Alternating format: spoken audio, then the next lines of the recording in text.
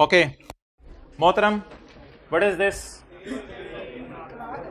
सेब का दरख्त है और उसके ऊपर सेब लगे हुए हैं। सेब का दरख्त है और ऊपर क्या लगे हुए हैं? आ जाओ टाइम पे आगे, सेब लगे हुए हैं। भाईजान धमाका होने लगा है, सीधे धमाका होने लगा है, बड़े गौर से सुन। अगर इस दरख्त में तीन चीजें पाई जाएं, अगर इस दरख्त में तीन चीजें पाई जाएं तो ये दरख्त पर IS 41 नहीं लगेगा। हालांकि ये लिविंग प्लांट है। इस दरख्त पर IS 41, अगर इस दरख्त में कितनी चीजें पाई जाएं? तीन चीजें अगर इस दरख्त पे पाई जाएं तो इस दरख्त पे IS 41 नहीं लगेगा। पहली बात, ये दरख्त एग्रीकल्चरल प्रोड्यूस दे, सेब दे रहे हैं। पहली शर्त, ये दरख्त क्या दे? एग्रीकल्चरल प्रोड्यूस दे। दूसरी शर्त, इज एक्सपेक्टेड टू प्रोड्यूस सेब फॉर बार बार, यानी बार बार ये सेब दे, यानी ये नहीं कि एक दफा दे के बस खत्म भाई आज के बाद नहीं, हर साल सेब दे, हर साल सेब दे, देता रहे।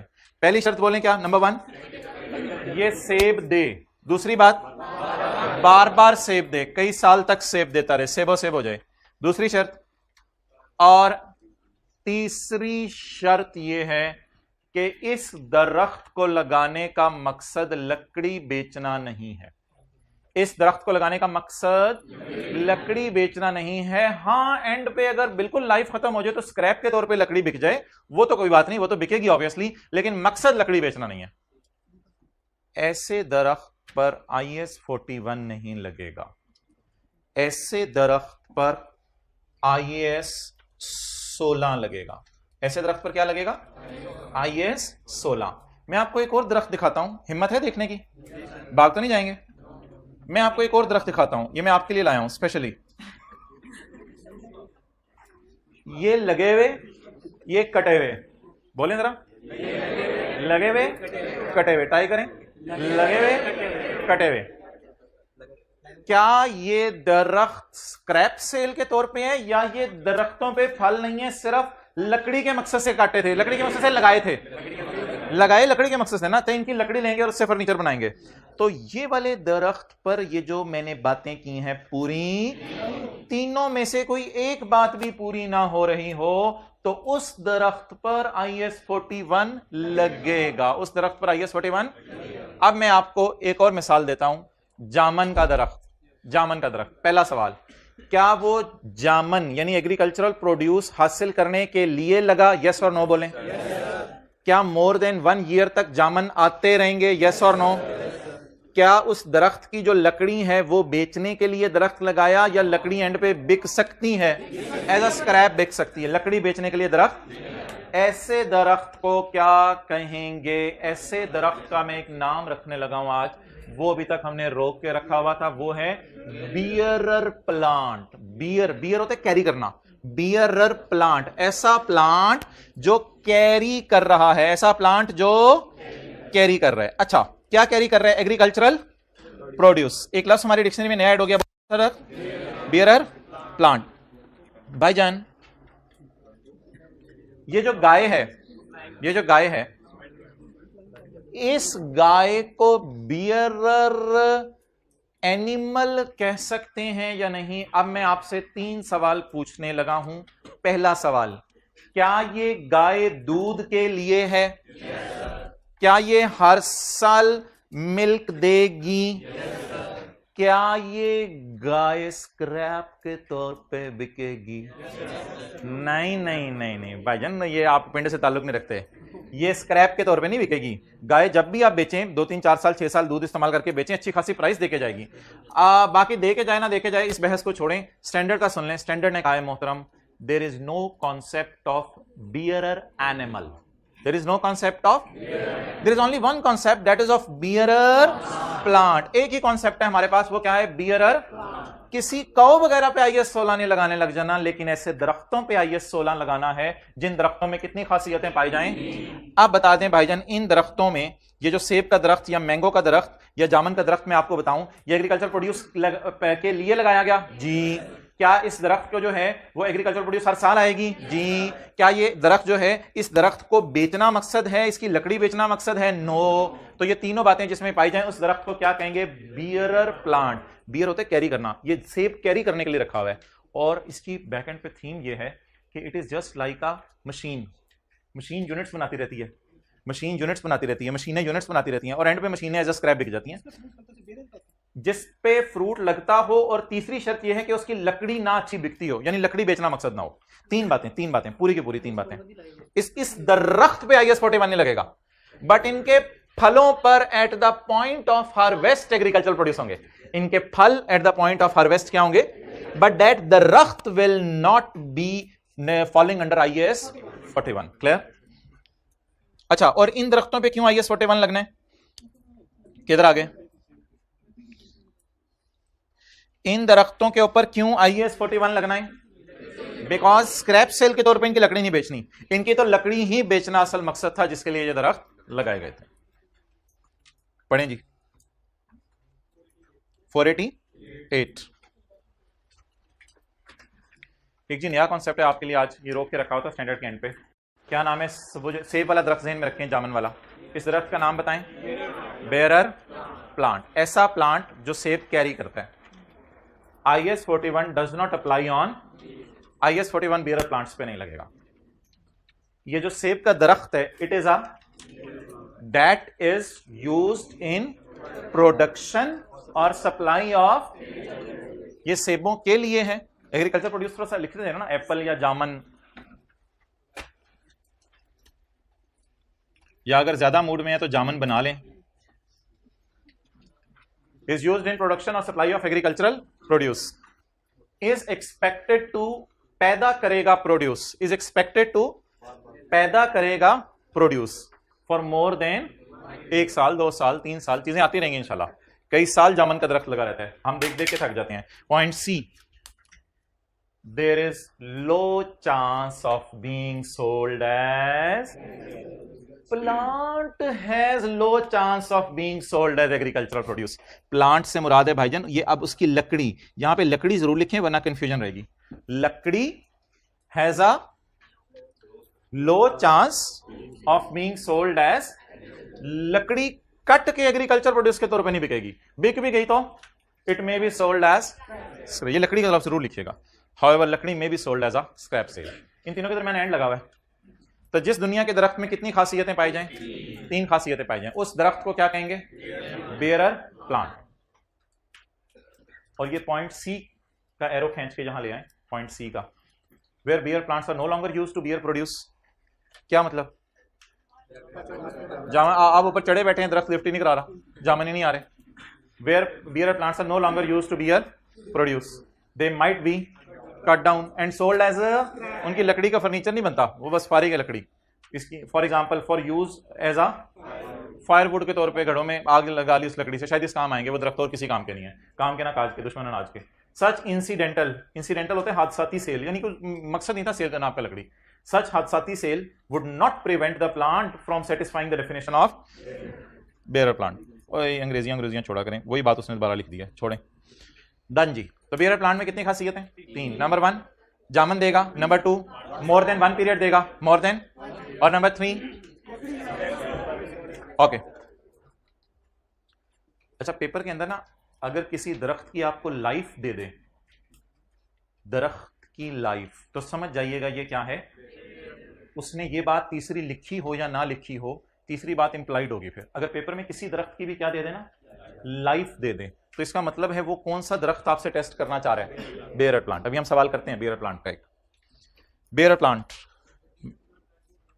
बेयरर प्लांट काट दिया जाए तो एज ए स्क्रैप सेल उसकी लकड़ी बिकेगी ना, वो बस बेयरर प्लांट की लकड़ी बेच देने से भी, जो मैंने इंग्लिश में बात कटवाई है, बेयरर प्लांट की लकड़ी बेच देने से भी कोई फर्क नहीं पड़ता, उसका नाम बेयरर प्लांट ही रहता है। अच्छा, बियर प्लांट्स की examples, mango trees, T bushes दिखाई थी आपको एक क्लास में, टी बुशेस श्रीलंका के जंगलों में, टी बुशेस झाड़ियां मौजूद रहती हैं, झाड़ियां कई साल मौजूद रहती हैं, मैंने शायद बताया था 25-30 साल उम्र होती है झाड़ियों की, लेकिन उन पे पत्ते उतारते रहते हैं और उससे चाय बनाते रहते हैं। Tea bushes, grape vines and rubber trees. Rubber trees वो जो एक ट्री था उसके ऊपर लेटेक्स निकल रही थी। Rubber trees normally fall under and measure on cost model और after deducting cumulative depreciation and cumulated impairment loss. अच्छा, अब ये सवाल अगला ये है कि अगर इन पे पर IS 16 लगाना है तो इन पे IS 16 में डिप्रिसिएशन भी चार्ज करनी होगी। अब जामुन का दरख्त मिसाल के तौर पे उसकी उम्र 40 साल है, 40 साल तक जामुन का दरख्त जिंदा रहता है। अब मैं आपसे एक सवाल पूछता हूं कि जामुन के दरख्त को डेप्रिशिएट कब से करना शुरू करेंगे? अब आपने ये कॉन्सेप्ट समझना है, जामुन के दरख्त को डेप्रिशिएट तब से करना शुरू करेंगे जब वो जामुन देने के काबिल हो जाएगा। जब वो जामुन देने के, मिसाल के तौर पे जामुन का दरख्त है, वो 5 साल तक जामुन नहीं दे रहा। अब अगर वो 5 साल तक जामुन देने के काबिल नहीं है, इतना बड़ा नहीं हुआ कि जामुन दे सके, तो ऐसी सूरत में उसको 5 साल तक वर्क इन प्रोग्रेस टाइप कोई चीज समझ लें, जैसे बिल्डिंग बन रही है तो उसको डेप्रिशिएट नहीं करना। जिस साल माशाल्लाह आप जाएं और कहीं दरख्त बड़ा हो गया, होते जामुन देन लग गया, होते मांजो देन लग गया, होते सेब देन लग गया, तो उस दिन आप कहें भाईजान आप तो मजे हो गए, आज से ऑनवर्ड इसको क्या करना शुरू कर दें? डेप्रिशिएट करना शुरू कर दें। अच्छा, we start depreciation when these are available for use का मतलब लिखें, जामुन देना शुरू कर दें। छोटा सा पौधा लगाती है तो जामुन नहीं देने लग जाएगा जब से दामन देना शुरू कर दे। मिसाल के तौर पे 30 साल उसकी उम्र है, 5 साल बाद जामुन देने उसने शुरू कर दिए, अब 25 साल उसकी लाइफ लेंगे आप, ऐसे ही है ना, 25 साल लाइफ लेके उसको डेप्रिशिएट। कॉस्ट ये होगी जितना बीज वगैरह लगाने का खर्चा और कोई उसके ऊपर मेहनत की, ये नीचे बात आ रही है, ये कॉस्ट क्या होगी। ये कुछ चीजें हैं नॉट अ बियर प्लांट, इनको मैं बाद में पढ़ता हूं। ये बात जरा MCQ के एतबार से बड़ी इंपॉर्टेंट है। क्या अगर आपको समझ आ जाए वैसे ही, वो अगर सेव वाली एग्जांपल ज़हन में है, समझ आ गई तो हाथ खड़ा कर दें। हाइब्रिड में सिर्फ एक बंदे ने हाथ खड़ा किया है, फिजिकल में सबको समझ आ गया तकरीबन। Produce growing on bear plant is है सर, ये क्या पढ़ा रहे हैं आप? Produce grown on bear plants is biological asset. Sir ये क्या पढ़ा रहे हैं आप? इसने तो हमारे कॉन्सेप्ट्स की धजियां बखेर दी।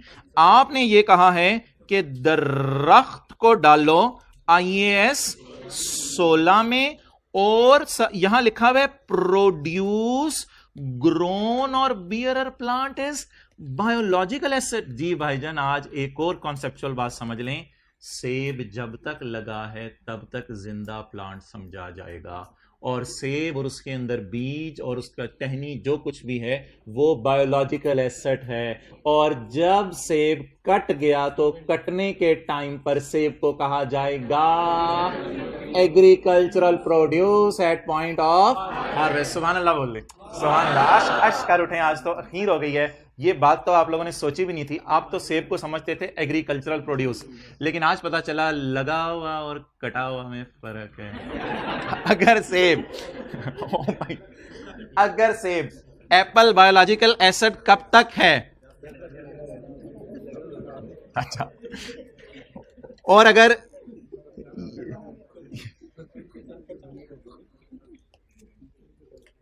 ये वाला अगर सेब है तो ये तो उतर चुका है,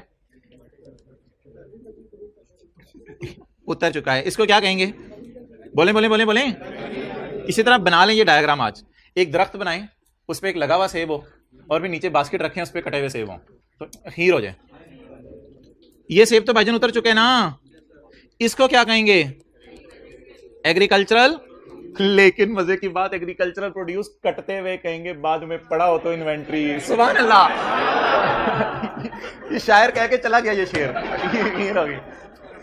लेवल देख रहे हैं, लगा हुआ, कटते हुए, पड़ा हुआ, लेवल ही बदल जाते। लगे हुए का नाम एग्रीकल्चर प्रोड्यूस, लगे हुए का नाम असल में ये लगा हुआ है, जिंदा है ना। तो हमने पढ़ा था लिविंग प्लांट को बायोलॉजिकल एसेट कहते हैं, तो ये लिविंग है, हुन लिविंग नहीं है। अब तो जो उतर चुका है उसे क्या कहेंगे? Agricultural produce at point of harvest. और अगर साल के एंड पे वो पड़ा रह गया तो वो तो आपको पता है, उसे इन्वेंट्री कहेंगे। चलें जी, जल्दी से नोट कर लें। क्या चीज खाने के बाद क्या बनेगा? अच्छा हाँ बोलो। उसी वक्त, उसी अगले लम्हे। हाँ अस्सलाम वालेकुम जी। वालेकुम अस्सलाम। अच्छा, मैं क्लास में हूँ तो देख, मैं क्लास में हूँ, बाद में चलें जी।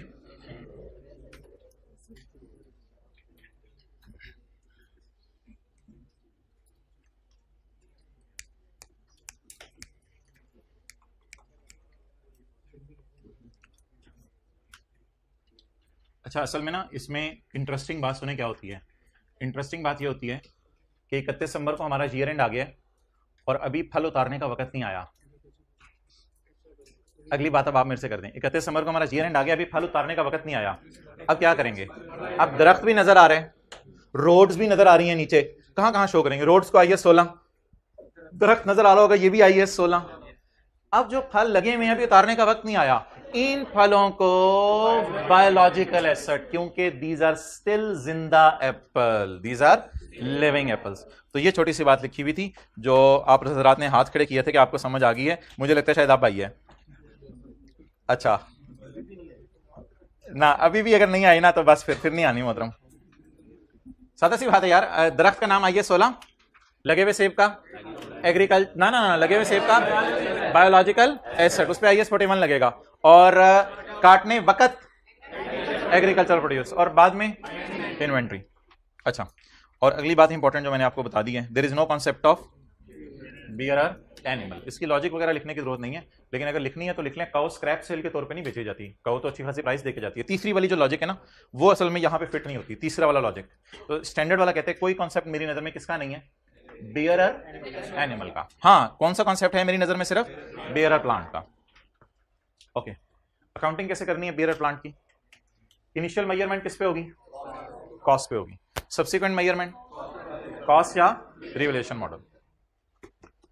अच्छा, कॉस्ट कैसे इसकी निकलेगी, कॉस्ट ऐसे निकलेगी कि दरख्त जो है ना, 5 साल जामन के दरख्त पे जितना खर्चा आएगा, असल में तो बीज खरीदने का खर्चा होगा, जिस बंदे से लगवाया दरख्त उसको कोई पैसे दिए होंगे, और इसके अलावा दरख्त की कोई देखभाल के लिए हो सकता है साथ साथ कुछ नेसेसरी खर्चे करते रहे हों जो दरख्त के लिए ज़रूरी थे। उन खर्चों को सबको जमा करेंगे, जब तक दरख्त जामन पैदा ना करने लग जाए तब तक के सारे ज़रूरी खर्चे दरख्त की कॉस्ट का पार्ट बनेंगे। Cost will be measured just like, लेकिन ये आपके स्कोप में नहीं है, इसमें टेस्ट नहीं करेगा इतना। Cost will be measured just like that is expenditure incurred till maturity of plant will be capitalised. तो लिखें, जामन देने तक के खर्चे दरख्त की कॉस्ट का पार्ट बनते रहेंगे। आप समझ लें डेवलपमेंट चल रही है, इंटेंजिबल्स में थी ना डेवलपमेंट अच्छी वाली चल रही है, तो ये समझ लें। तो जामन देने तक के खर्चे दरख्त की कॉस्ट में ऐड होंगे। यहां पे लिखें भाई पॉइंट C के साथ, जामन देने तक के खर्चे दरख्त की कॉस्ट में ऐड होंगे। यार अब एक सवाल है, कौन सी चीजें बियरर प्लांट नहीं है। इसका जवाब आप मुझे एग्जाम्पल पढ़ के खुद देंगे या मुझे समझानी पड़ेगी। अच्छा, मैं एक मिसाल देता हूं, trees grown for use as lumber. आप मुझे बता दें क्या इसमें वो तीसरी वाली शर्त पाई जा रही है। मैंने आपको डायग्राम दिखाई है, कटे हुए दरख्त और लगे हुए दरख्त जो भी दिखाई थी। तो जो ट्रीज ग्रो किए जा रहे हैं लकड़ी के लिए, वो क्यों नहीं बियरर प्लांट, क्योंकि उसको स्क्रैप सेल के तौर पे नहीं बेचा जाता, उसे तो मेन सेल के तौर पे बेचा जाता है। लिखिए नॉट अ स्क्रैप सेल, ये स्क्रैप सेल नहीं है, इससे तो अच्छे खासे पैसे कमाए जाएंगे। तो नॉट अ बियरर प्लांट्स का मतलब क्या है, plants cultivated to be harvested as cultural produce. दरख्त लगाया, बाद में जब कट जाएगा। अच्छा, एक बात मजे की सुने, ये आपको याद होगी, गाय जब कट जाएगी तो उसका गोश्त भी मैंने कहा था एग्रीकल्चर प्रोड्यूस है। इसी तरह दरख्त जब कट जाएगा तो कट के जितने भी हिस्से बने वो भी क्या होगी, एग्रीकल्चर। इसी एग्जांपल से बाजे हो गए, ट्रीज ग्रोन फॉर लंबर, ये कभी भी बियरर प्लांट नहीं है, क्योंकि ये स्क्रैप सेल के तौर पे नहीं बिकते, मेन सेल के तौर पे बिकते हैं। क्लियर। अच्छा, अगली चीज आपको जो है वो पढ़ने की जरूरत नहीं है, अगली चीज बस ये पढ़ लें। बताएं जी, कोई ऐसा दरख्त हो सकता है दुनिया में जो कि फ्रूट और लकड़ी दोनों के लिए लगाया जाए। मुझे नहीं पता कौन सा दरख्त है, जो भी होगा गूगल पे जाके देखें, वो आपकी मर्जी है, वो दरख्तों के नाम हमारे सिलेबस में नहीं है। ठीक है, कोई ऐसा दरख्त है जो कि फ्रूट और लकड़ी दोनों के लिए लगाया जा सकता है, इसको क्यों नहीं बियरर प्लांट कहेंगे। बताएं बताएं बताएं बताएं, जल्दी बताएं। इसकी स्क्रैप सेल होगी या इसकी भी लकड़ी की मेन सेल होगी, मेन सेल होगी, इसलिए इसको भी बियरर प्लांट नहीं कहेंगे। ओके यार, ये potatoes and wheat, potatoes and wheat.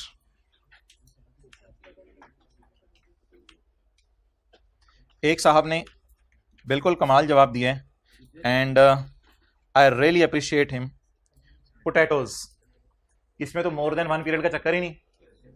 3 शर्तों में से पहली शर्त क्या है कि एग्रीकल्चर प्रोड्यूस दे, चलो वो तो देने के लिए रखा हुआ है, लेकिन ये जो प्लांट लगेगा 5-6 महीने 7 महीने इसकी लाइफ होगी, उसके बाद यहाँ पे आलू के बाद में हम गंदम काश्त कर रहे हो, पता नहीं कोई और चीज लगा रहे हो, मकई लगा रहे हो, कुछ और लगा रहे हो, तो बता दें ये क्या है। ये जो पोटैटो का प्लांट है, क्या ये एक साथ ज्यादा पोटैटो देगा? तो अगर इसको आइए 16 लगाएं इसके ऊपर, तो इसकी लाइफ क्या होगी? कोई भी नहीं, साल से ज्यादा लाइफ ही नहीं है। इसलिए पोटैटो प्लांट भी बोलें क्या नहीं है?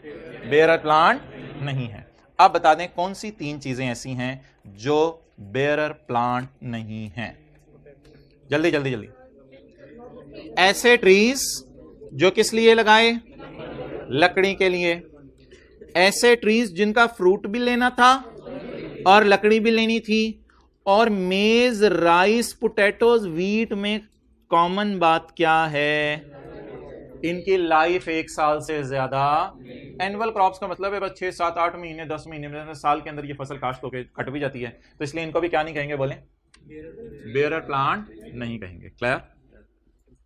एक बात पूछ लूं आपसे आखिरी, तैयार है? अगर 31 दिसंबर को ये आलू लगे रह गए तो बायोलॉजिकल एसेट, एक्सीलेंट, बिल्कुल सेब की तरह। अगर ये लगे रह गए और अगर आपने काटे तो at the time of harvest this will be called as, ये बात कितनों को पता चल गई थी खुद ही? ठीक है, अगर लगे रह गए तो जिंदा है ना, अगर लगे रह गए तो जिंदा है, और अगर कट गए तो agriculture produce at the point of harvest. चलें बस छोड़ें इसके, वो इसकी ना, ये आपको इंग्लिश पढ़ने की जरूरत नहीं है, ये वाली इंग्लिश ना पढ़िएगा, ऐसी कंफ्यूज करेगी, बाकी इंग्लिश बेशक पढ़ लीजिएगा। चलें एमसीक्यू नंबर 16 निकालें। MCQ number 16।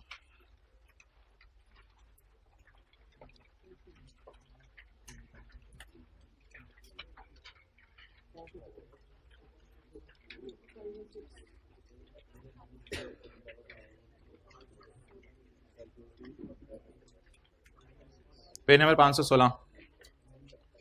Maria limited bot oil palm garden, oil palm garden जिसमें ऑयल पाम ट्रीज होंगे फॉर ₹150 मिलियन। गार्डन 150 मिलियन का खरीदा है, जिसमें 120 मिलियन की क्या है? लैंड है। तो बाकी क्या होंगे? Palm trees. बाकी क्या होंगे? Palm trees. ये लैंड है और ये इसके ऊपर क्या होंगे? Palm trees. Maria bought for 150 million. ये टोटल कितने का खरीदा? इसमें से लैंड के कितने पैसे? 120। तो बकाया बैलेंसिंग बताएं गार्डन के। तो इसका मतलब है लगा लगाया दरख्तों का बाग खरीद लिया। अब तो कॉस्ट बड़ी सी रेडीली अवेलेबल है। अच्छा, the garden is expected to give produce for next 3 years। Life दे दी दरख्त की, यहां से इंडिकेशन मिला करेगी कि लाइफ दे दी दरख्त की। तो अब IS 16 लगेगा, IS 41। हाँ, ये बात वाजे तौर पे नहीं लिखी होगी कि इसकी लकड़ी स्क्रैप सेल है, नहीं है, उस बात में नहीं जाएगा। लाइफ दे दिया करेगा आसानी के लिए, आपको लाइफ दे दी। तो जब लाइफ गिवन है तो इसका मतलब 1 साल से ज्यादा ये फायदा देगा। तो इसका मतलब है फिर इसकी कॉस्ट को 3 सालों पे क्या करें? डेप्रिशिएट करें। बिफोर रीप्लांटेशन प्रोसेस, रीप्लांटेशन से पहले the garden is agriculture produce for next 3 years। फिर 3 साल बाद दोबारा प्लांट लगाने पड़ते हैं और दोबारा उनको उगाना पड़ता है, वो भी लंबा काम है। तो 3 साल बाद इनकी लाइफ है, 3 साल तक ये खत्म हो जाते हैं दरख्त। Okay, 31 December 19। अच्छा, पहले जरा एंट्रीज करवा दें यकम जनवरी 19 को खड़े होके। क्या चीज? अगर 3 साल वाली बात ना लिखी होती तो फिर हम इस दरख्त के बारे में ये कह सकते थे कि शायद लकड़ी के लिए, हमें तो पता नहीं, क्योंकि हमें नहीं पता कौन से दरख्त लकड़ी के लिए होते हैं, कौन से नहीं होते, और ना पेपर में ये एक्सपेक्टेड है। तो फिर हम मजबूरन इसको IS 41 ही लगाते हैं, और क्या करते हैं। अच्छा चलें जी, यकम जनवरी 19 की एंट्री बताएं, जल्दी जल्दी हिम्मत करें। यकम जनवरी 19 की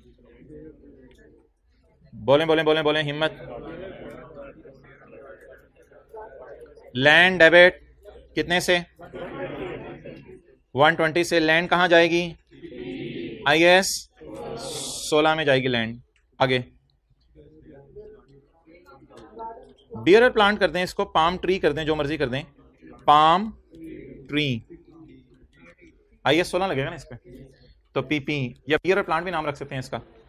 और कैश क्रेडिट कितने से? 150 नोट करें, खरीदने की एंट्री।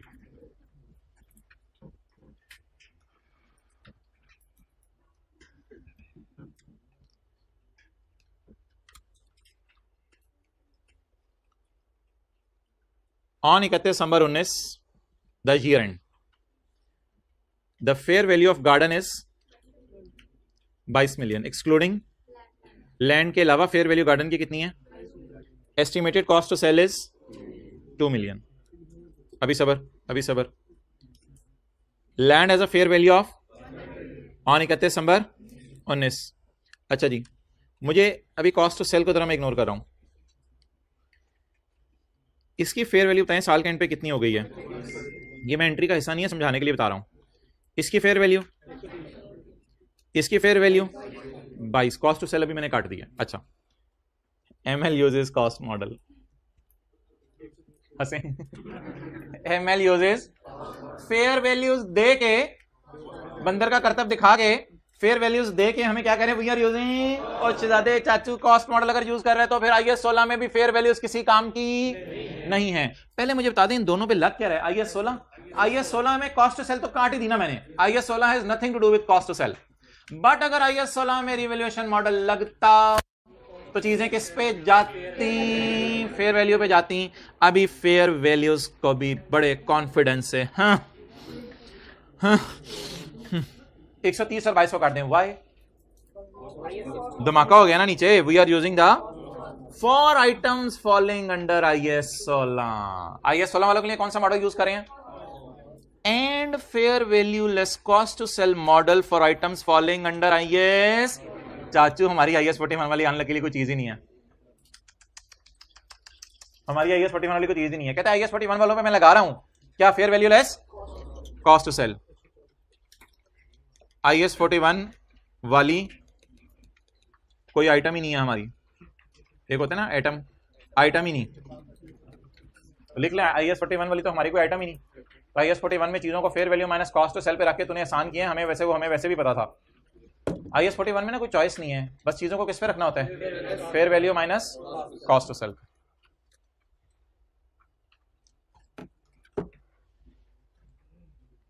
ओके, अब भाईजान सवाल है उसका, what is the total amount of non current assets to be present? Non current assets to be present, non current जो बायोलॉजिकल, नॉन करंट मतलब IAS 16 एट 31 दिसंबर 2019। बता दें जी। 120 और 130 कितना बनेगा? एक एंट्री होगी मोहतरम 31 दिसंबर 19 को, जिसकी लाइफ गिवन है। Depreciation debit, accommodation credit, cost बोलें, लाइफ,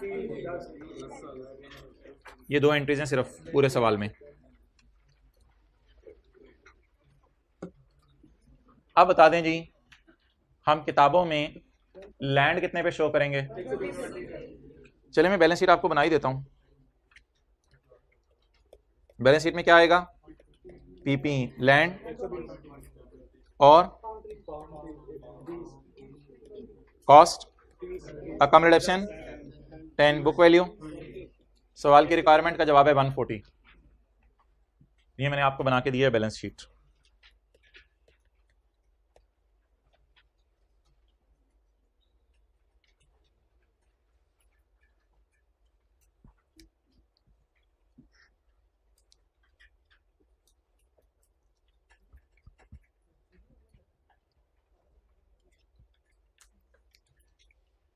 क्लियर? ओके,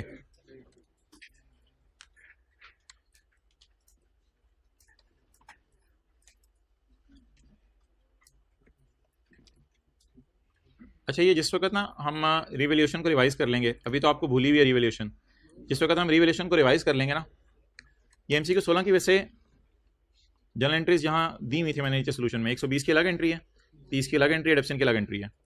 लेकिन ना जब हम रिवैल्यूएशन पढ़ लेंगे ना, तो किताब के पेज 520 के ऊपर मैंने ये लिखा हुआ है, try yourself, test yourself, assume in MCQ 16 we are using, तो फिर IAS 16 के अंदर रीवैल्यू किया जाता चीज़ों को, 120 से उठा के 130 पे ले जाते, और इसको जो है वो आप ले जाते 22 के ऊपर। लेकिन ये सारी डिस्कशन हम करेंगे जब कभी रिवैल्यूएशन मॉडल कर लेंगे, तो यहाँ आके जरा बता दीजिएगा, इसको रिवाइज कर लेंगे।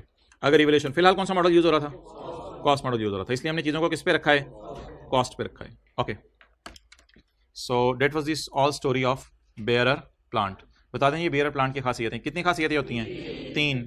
जामन दे हर साल, कई साल नहीं, कई साल तक दे, और लकड़ी एज अ स्क्रैप बिके, और जब जामन का दरख्त फारिग हो जाए तो कट डाउन करके लकड़ी को एज अ स्क्रैप बेच देंगे। बेयरर प्लांट की आपको एग्जांपल्स दे दी हैं। बेयरर प्लांट में 3 चीजें नहीं आती, ऐसा दरख्त जो लगाया ही लकड़ी के लिए, ऐसा दरख्त जो फल और लकड़ी दोनों के लिए लगाया, और सालाना क्रॉप्स, और उसके बाद जो सेब जब तक लगा हुआ है तब तक बायोलॉजिकल एसेट है, कटने के टाइम पे एट पॉइंट ऑफ हार्वेस्ट इसको एग्रीकल्चरल प्रोड्यूस कहा जाएगा। बियरर एनिमल का कोई तस्वर नहीं है, काउंटिंग करने के एतबार से बियरर एनिमल का कोई तस्वर नहीं है। इनिशियली कॉस्ट पे मैयर होगा ये 16 की रोशनी में, सब्सिक्वेंट मेजरमेंट कॉस्ट पे होगी या रिवैल्यूएशन मॉडल। कॉस्ट कैसे मैयर होगी, जब तक जामन ना देने लग जाए तब तक होने वाले जरूरी खर्चे एसेट की कॉस्ट में ऐड करेंगे, जैसे ट्रांसपोर्टेशन ऑफ बीज, इंस्टॉलेशन, सारी चीजें एसेट की कॉस्ट में ऐड करेंगे। ओके भाई वो मार्कर ला दो अब्दुल्ला, इधर रखे थे, इसमें बैग में देखो। जी जी, जिस प्लांट पे मतलब आईएस सोना लगाया हमने, बैलेंस शीट में फिर बायोलॉजिकल एसेट से नहीं छोड़ देंगे? नहीं, वो तो IS 41 पे डील करता है ना, इस वजह से उनको फिर पीपी में आप शो करेंगे। जी हजरात अटेंटिव हो जाए। डिस्क्लोजर्स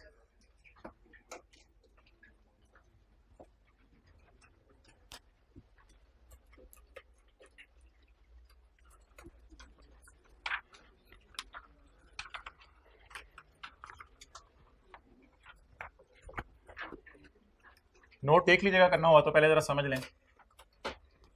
जनरल डिस्क्लोजर्स मैं जरा लिखता जा रहा हूं, आपको कुछ करने की जरूरत नहीं। गेन लॉस बता दें यूजर को कितना आया। गेन लॉस कब कब आता है, जब आप परचेज करते हो तब लॉस आ जाता है, जब आपका एनिमल पैदा होता है तो ईयर एंड पे जब मोटा और महंगा होता है गेन भी आ जाता है या लॉस भी आ जाता है। क्लियर? अच्छा जी, डिस्क्रिप्शन क्या मतलब, हमारे पास शीप्स पड़ी हुई हैं, या हमारे पास काउस पड़ी हुई हैं, या हमारे पास कौन से जानवर हैं, या हमारे पास फला पोटैटोस के हमने बाग लगाए हुए हैं, it will be called as बोलें डिस्क्रिप्शन। इसमें क्वांटिटी आ जाए तो अच्छी बात है, इस जानवरों की कितनी क्वांटिटी है, ये भी यूजर्स को डिस्क्लोज कर दें तो अच्छी बात है। डिस्क्लोज मतलब होता है यूजर्स को बताना है आपने कि हमारे पास कौन कौन से जानवर पड़े हुए हैं। अच्छा, इसके बाद आपने कुछ बाइफर्केशन ही करनी होती है। बाइफर्केशन के एनिमल्स कितने किस्म के हैं, प्लांट्स कितने किस्म के पड़े हुए हैं हमारे पास, ये आप यूजर्स को अलग अलग बता दें। अगली बात रिकॉन्सिलिएशन में कौन कौन सी चीजें आती हैं, जरा 4-5 जबानी बता दें। ओपनिंग आते हैं, परचेजेज आते हैं, जो डेथ हो गए वो आते हैं, जो सेल हो गए वो भी आ जाते हैं, और उसके बाद क्लोजिंग आते हैं। ठीक है जी, ये कोई फॉरेन करेंसी में लिया हो तो उनका एक्सचेंज गेन लॉस कोई चीज है वो हम IS 21 के अंदर पढ़ेंगे। ये किसकी बात होगी, रिकॉन्सिलिएशन की बात हो गई। ओके, इसके बाद नेचर ऑफ एक्टिविटी बताएं जल्दी, मतलब बताएं। कुछ लोग फिश फार्मिंग कर रहे होंगे, कुछ लोग जो है वो गाय को रख के उसका दूध बेच रहे होंगे, कुछ ने बकरे रखे होंगे आगे बेचने के लिए। तो नेचर ऑफ एग्रीकल्चरल एक्टिविटी, ये सारी चीजें किसने बतानी है, ये सारी चीजें फाइनेंशियल स्टेटमेंट्स में लिख के हमने यूजर्स को बतानी है। ओके, छठी चीज में ना उसने दोबारा बता दिया है, कहते हैं फिजिकल क्वांटिटीज बता दो, अगर पहले कहीं नहीं बताई फिजिकल क्वांटिटीज वगैरह जानवरों की, कितने जानवर हैं, किस टाइप के जानवर हैं, और अगर एग्रीकल्चर प्रोड्यूस है तो 10,000 लीटर मिल्क निकला है इस साल, या जो है वो मिसाल के तौर पे 4 बेबीज पैदा हुए हैं, इस किस्म की जो भी एग्रीकल्चर प्रोड्यूस आपकी निकल रही है, या कोई नए एनिमल पैदा हो रहे हैं, उन सबकी डिटेल बता दो। ये कौन से डिस्क्लोजर हो गए भाईजान, जनरल डिस्क्लोजर। अच्छा जी, इसके बाद इसी में भी जनरल डिस्क्लोजर चल रहे हैं। आपके टाइटल रिस्ट्रिक्ट हो सकता है, टाइटल रिस्ट्रिक्ट, मिसाल के तौर पे कोई ऐसा एनिमल आपने बाय कर लिया, हुकूमत ने इसके टाइटल पर रिस्ट्रिक्शन लगा दी है किसी तरह की, आप इसको बेच नहीं सकते, ये नहीं कर सकते, वो नहीं कर सकते, वो यूजर को आप बता दें।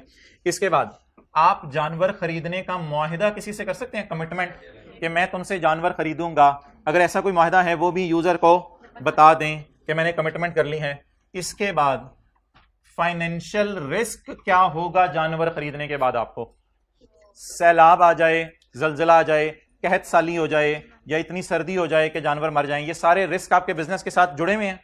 अगर ऐसा कोई रिस्क आपके बिजनेस में है तो वो भी यूजर को बता दें कि हमारे बिजनेस में कौन से फाइनेंशियल रिस्क हैं।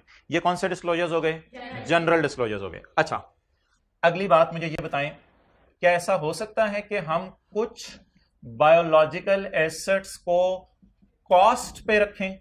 कल वाली क्लास ली थी, अगर नहीं ली थी तो कोई परेशानी वाली बात नहीं। हमने कहा था कि अफ्रीका से हमने बकरा मंगवाया है और वो बकरा पाकिस्तान में अवेलेबल नहीं है, तो ऐसे अफ्रीकन बकरे को अब मार्केट में प्राइस अगर पता नहीं चली तो किस पे रखें, कॉस्ट पे रखें।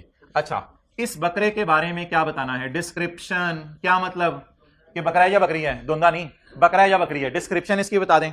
दूसरी चीज, why fair value not available, बोले बोले बोले, वाई फेयर वैल्यू, इस बकरे की फेयर वैल्यू क्यों नहीं अवेलेबल हो रही, ये वजह बताएं। अगर पॉसिबल हो, अगर पॉसिबल हो तो रेंज बता दें फेयर वैल्यू की। क्या मतलब, जल्दी बताएं कि हमारे ख्याल से ये 15,000 से 20,000 के दरमियान है, लेकिन हम फेयर वैल्यू पे नहीं रख रहे क्योंकि फेयर वैल्यू रिलायबली मेजर नहीं हो रही। इसके बाद अगली चीजें तो आइए 16 वाली, डेप्रिसिएशन मेथड बता दें, इसकी आप लाइफ बता दें, और ग्रॉस कैरिंग अमाउंट साल के शुरू में और साल के एंड में बता दें। ये तो वो आइए 16 वाली चीजें हो जाएंगी। और इसके अलावा अगर आपने इसको इंपेयर किया तो इंपेयरमेंट लॉस बता दें, कोई रिवर्सल ऑफ इंपेयरमेंट लॉस है आप वो बता दें, डेप्रिसिएशन वगैरह इसकी साल की कितनी है वो बता दें, वो P&L से पता चल जाएगी। और आखिरी बात जरा सोच के बताएं यहां क्या आ सकती है डिस्क्लोजर में। कल कला को, आगे फिक्रा पूरा कर दें, कल कला को हो सकता है अब इसकी फेयर वैल्यू पता चल जाए, कल कला को हो सकता है क्या पता चल जाए, इसकी फेयर वैल्यू पता चल जाए। तो फिर आप डिस्क्रिप्शन बता दें उनकी जिनकी फेयर वैल्यू पता चल गई है, एक्सप्लेन कर दें अब क्यों पता चल गई और पहले क्यों नहीं पता थी। और तीसरी बात, चेंज का इफेक्ट बता दें। चेंज का इफेक्ट क्या होगा, पहले आपने कॉस्ट पे रखा होगा, अब उसे उठा के किस पे ले आएंगे, बोंगी मार रहे हैं, fair value less cost to sell. IAS 41 में तो फेयर वैल्यू पे चीजों को नहीं लाते, किस पे लाते हैं, fair value minus cost to sell. और इसके अलावा अगर कोई गवर्नमेंट ग्रांट्स हैं, अगर कोई गवर्नमेंट ग्रांट्स हैं तो इसके 3 डिस्क्लोजर आप बता दें। नेचर ऑफ ग्रांट क्या है, यानी किस लिए आपको ग्रांट मिली, नंबर 1 एनिमल्स खरीदने के लिए या काश्तकारी करने के लिए। नंबर 2 अनफुलफिल्ड कंडीशंस का मतलब बताएं, जरा हिम्मत करें, अनफुलफिल्ड कंडीशंस। आपको कहा गया है कि आपने जो है वो बाहर के मुल्क से रीच मंगवाने हैं, अब आप कहते हैं ये अभी तक मैं नहीं मंगवा सका, तो यूजर को बता दें कंडीशन हुकूमत ने लगाई हुई है रीच मंगवाने के, लेकिन अभी तक मैं रीच मंगवा नहीं सका क्योंकि मैं सोच रहा हूं मैं खुद। अच्छा जी, और मुझे बताएं डिक्रीज इन ग्रांट पॉसिबल है, decrease in grant, grant decrease refund type कोई चीज है। अगर आप कंडीशन पूरी ना कर सके तो ग्रांट पैसे हुए हुए आपके पास पड़े रहेंगे या वापस करने पड़ेंगे, वापस करने पड़ेंगे। अब मोटे मोटे डिस्क्लोजर बता दें, जो बंदा भी एग्रीकल्चर का कारोबार कर रहा है वो सबसे पहले जनरल डिस्क्लोजर देगा, फिर ऐसे जानवरों के बारे में डिस्क्लोजर देगा जिनकी फेयर वैल्यू पता नहीं चल रही, और फिर अगर गवर्नमेंट ने उसको ग्रांट दी है तो उसके बारे में डिस्क्लोजर देगा। ठीक है, अब क्या क्या डिस्क्लोजर देगा, जानवरों पे गेन लॉस कितना आया, कौन से जानवर पड़े हुए हैं, किस किस किस्म के जानवर हैं, ओपनिंग वैल्यू क्लोजिंग वैल्यू कौन सी है, नेचर ऑफ एक्टिविटी आपकी क्या है, फिजिकल क्वांटिटीज वगैरह क्या है जानवरों की या एग्रीकल्चर प्रोड्यूस की, आपके टाइटल पे कोई रिस्ट्रिक्शन तो नहीं लगी हुई, फ्यूचर में जानवर खरीदने का आपने वादा कर लिया है और उस जानवरों के साथ कोई रिस्क अटैच है वो बता दें। और अगली बात, डिस्क्लोजर कहानी की तरह होते हैं, बायोलॉजिकल एसेट्स अगर कॉस्ट पे रखे हुए हैं तो ये, इसमें 2-3 पहले पॉइंट इंपॉर्टेंट है, अगले तो आइए 16 वाले हैं। क्या कौन कौन से, कौन सा जानवर है, नंबर 2 फेयर वैल्यू क्यों नहीं पता चल रही, और नंबर 3 पॉसिबल रेंज के जिसमें ये जानवर बिक सकता है फेयर वैल्यूज की। गवर्नमेंट ग्रांट्स में नेचर, अनफुलफिल्ड कंडीशन और डिक्रीज इन ग्रांट। हाँ, फिर वापस करनी पड़ेगी ताकि बताएं अभी तक फुलफिल नहीं हुई शो कर दें, लेकिन जिस वक्त वापस करनी पड़े फिर उस वक्त बता देंगे वापस कर दी है। पूरी बात करें ना, डिस्क्लोजर्स निकालें जी। यार तस्वीर खींचने की जरूरत नहीं, हाईलाइटर एक पकड़ लो किसी तरह साथ वाले से आज तो माशाल्लाह ये अच्छे भाई हैं, ये पहले से डिस्क्लोजर निकाल के बैठे होते हैं, बल्कि मुझे लग रहा है मैं घर से हाईलाइट करके आया हूँ, अखीर हो गई है। पेज 493, पता नहीं मैं घर में पढ़ा रहा था, पेज 493, पेज 493। आप लोग भी घर से एक दिन पहले वाला पढ़ के आते हैं ना, पिछला पढ़ लें, बड़ी बात है। Lecture pending online. अच्छा, general disclosure, an entity shall disclose the aggregate gain और लॉस। अच्छा, कुछ दिन गुजर जाते हैं ना, 12-13 दिन बच्चों के में, सर वो जो डिस्क्लोजर है ये यानी क्या इनका करना क्या, पेपर में क्या करेंगे इनका, यानी ये पढ़ तो लिया हमने, समझ भी आ गया, लेकिन फिर भी यानी क्या क्या इनका, तो फिर कुछ थोड़ा सा।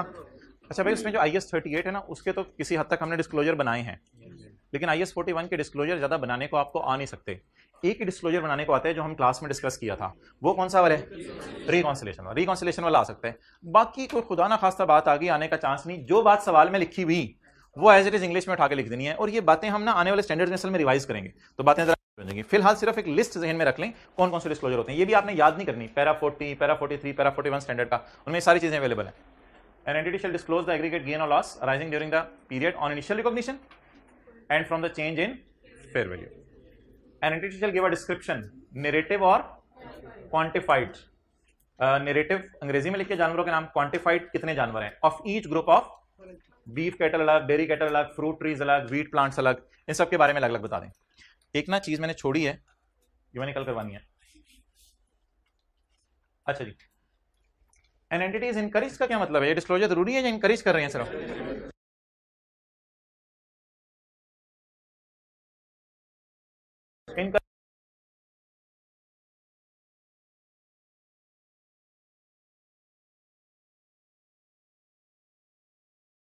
to provide a quantified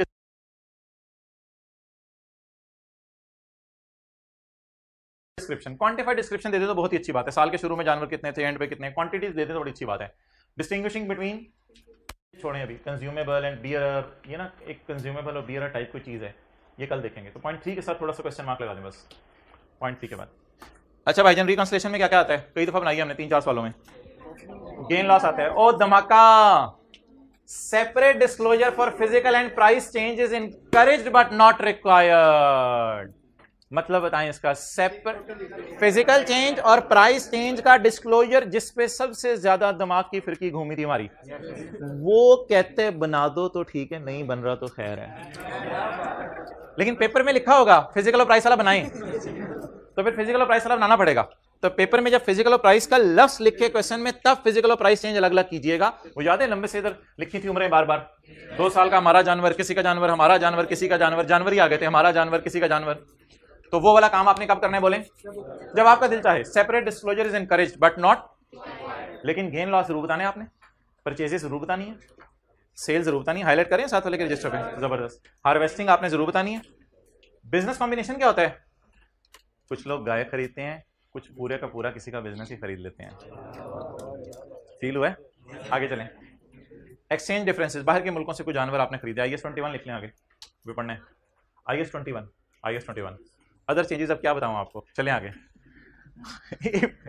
if not disclosed elsewhere, अगर कहीं नहीं बताया, इन information published with financial statement, अगर कहीं नहीं बताया तो IS 41 के तहत ही बता दो। Nature of activities, nature of activities क्या हो सकती है? लिख लें, fish farming, milk selling. Nature of activity, क्या कारोबार कर रहे हैं आप, कर की रहे हो, जानवर नाल हो की रहे हैं। Nature of activities involving each group of, her group of biological acid को अलग अलग। ये शीप्स हैं वो वूल के लिए रखी हुई हैं, काउज हैं वो मिल्क के लिए रखी हुई हैं, काउज हैं वो सेल के लिए रखी हुई हैं। बड़ी ईद आ रही है, 2.5 महीने रह गए हैं।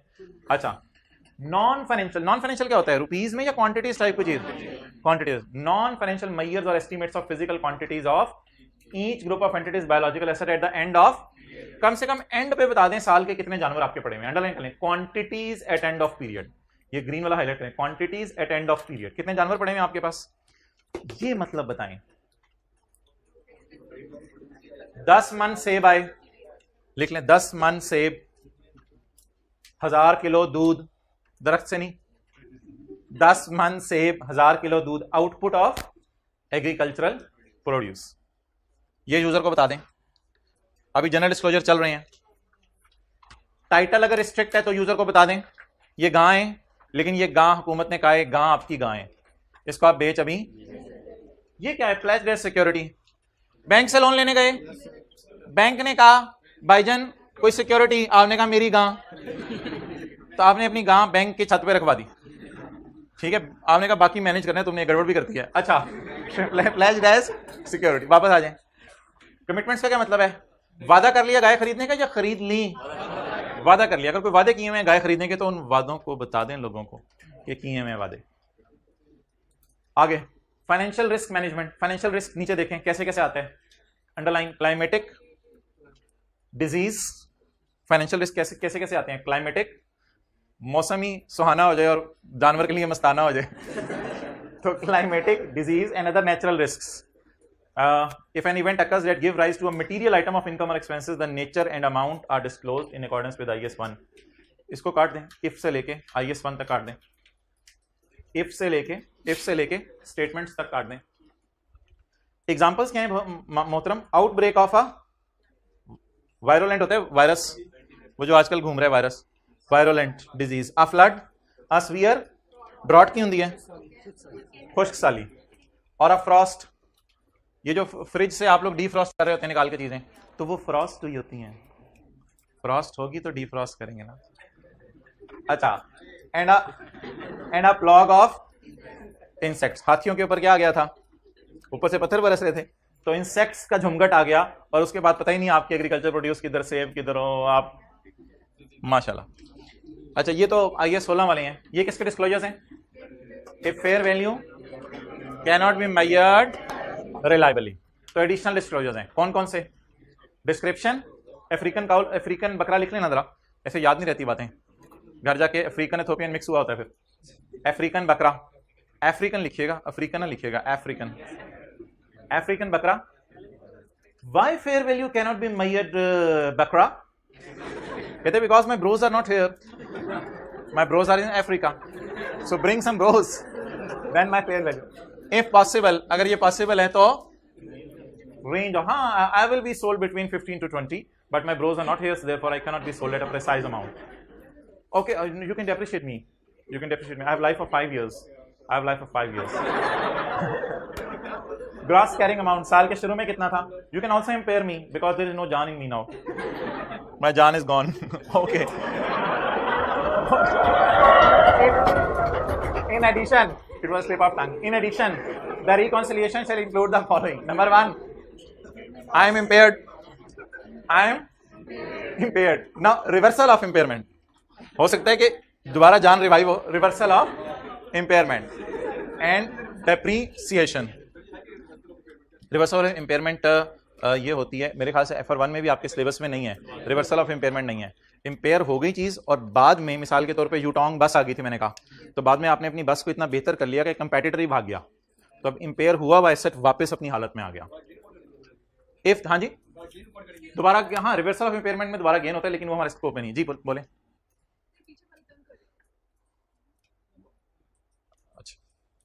If the fair value of biological assets, अच्छा ठीक है, अटेंटिव हो जाओ इधर, मैं देखता हूँ। If fair value of biological assets previously measured at cost, if fair value of biological assets previously measured at cost now becomes available, मतलब बताएं, अब अवेलेबल है, पहले अवेलेबल नहीं थी, अब अवेलेबल है।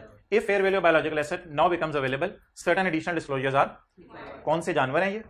Explanation of why fair value has become reliably measurable, अब क्योंकि ब्रोज उसके आगे है ना पाकिस्तान में, and the effect of change, और अब चेंज का इफेक्ट क्या होगा, लिखें, अब आप कॉस्ट से fair value less cost to sell पे लेके जाएंगे, लिखें, अब आप कॉस्ट से fair value less cost to sell पे लेके जाएंगे।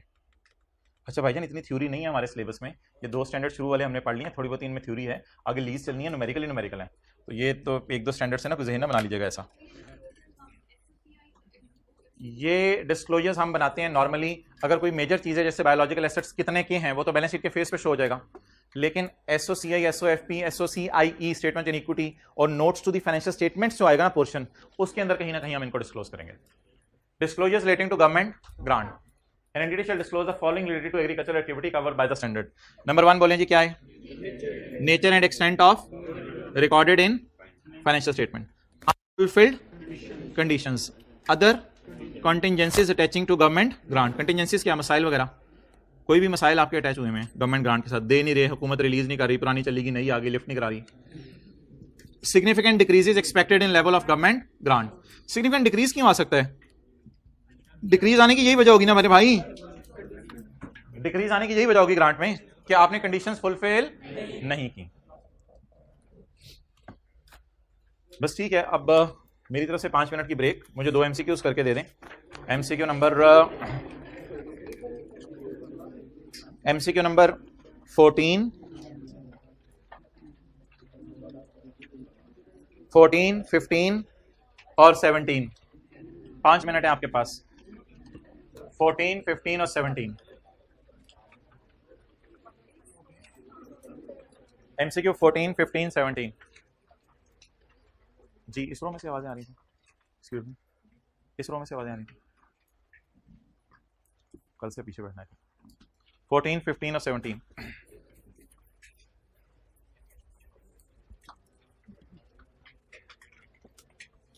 कैलकुलेटर पकड़े ना, थोड़ा जल्दी हो जाए।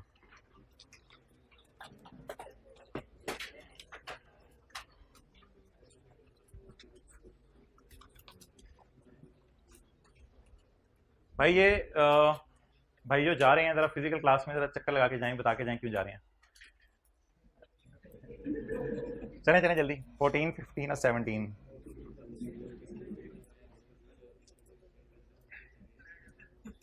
वो इंतजार कर रहे हैं, सवाल कर।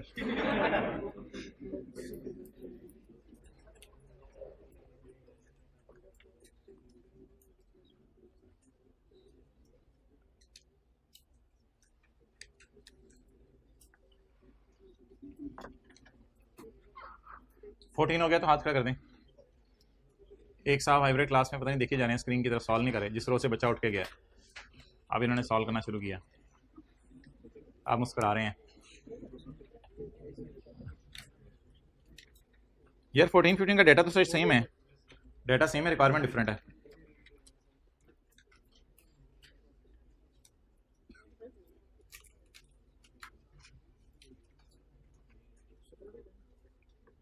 वो लिमिटेड स्टार्टेड बिजनेस ऑन जगह अप्रैल 2015। बिजनेस का पहला साल है। अच्छा मुझे बताएं पिछले साल के एंड पे कुछ जानवर पड़े होंगे हमारे पास? एक्सेलेंट, पिछले साल के एंड पे जानवर नहीं पड़े होंगे।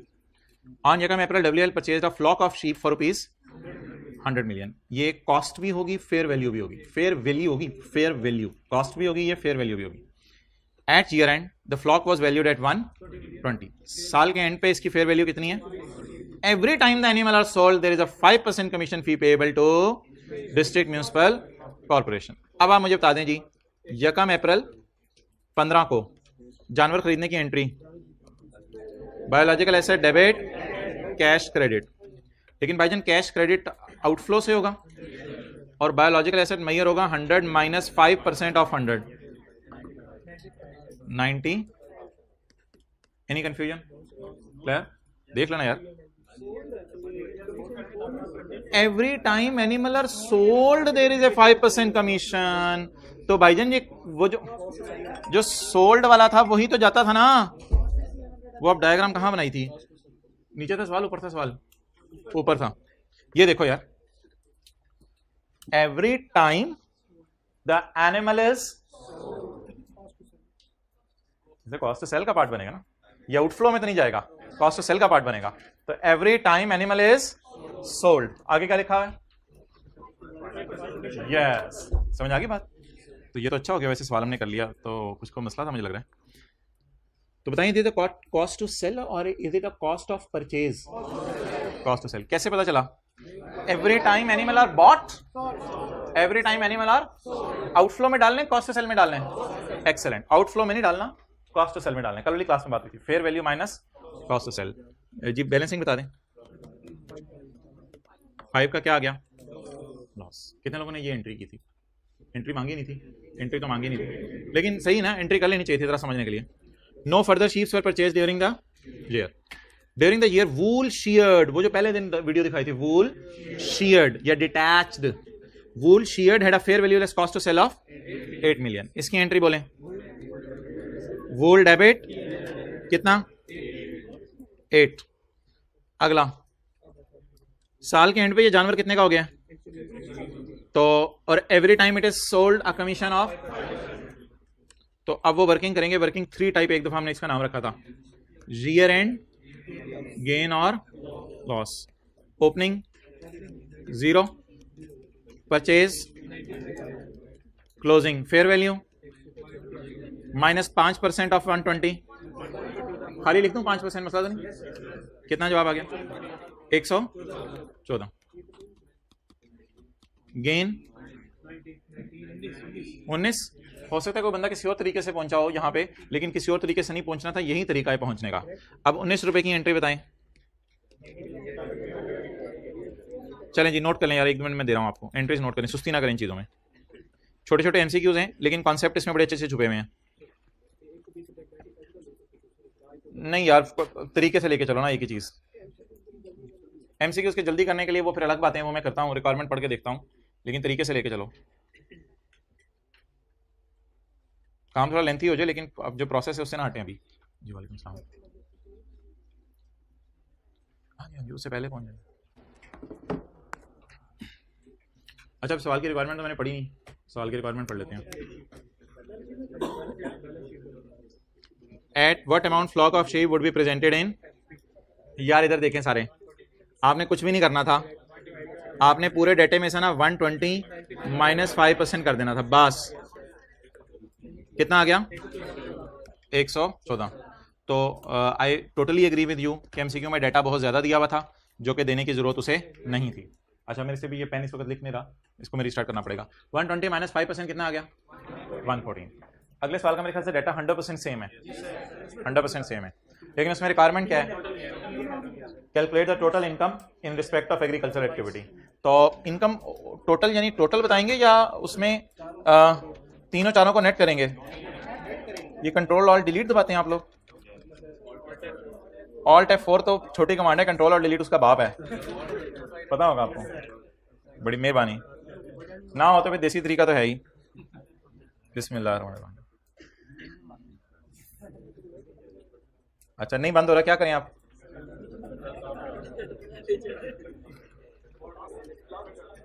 अच्छा, आप एमसीक्यू अगला कौन सा है वो कर लें। अगला कौन सा बताया मैंने? 17 मजे का, वो करें।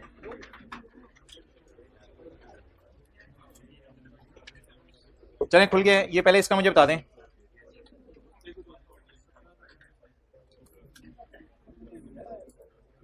$15 का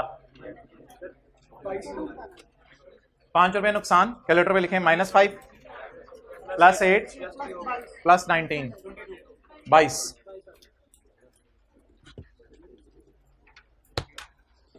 नेक्स्ट, अगला कौन सा जी? 17। कमाल है यार, अगर आपने इस सवाल को पकड़ लिया ना तो कमाल हो जानी है।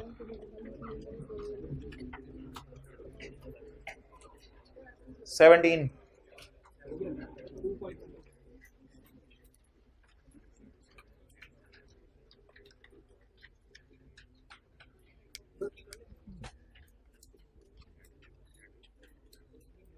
Cow Limited owned a cattle recorded in financial statement at 10.5।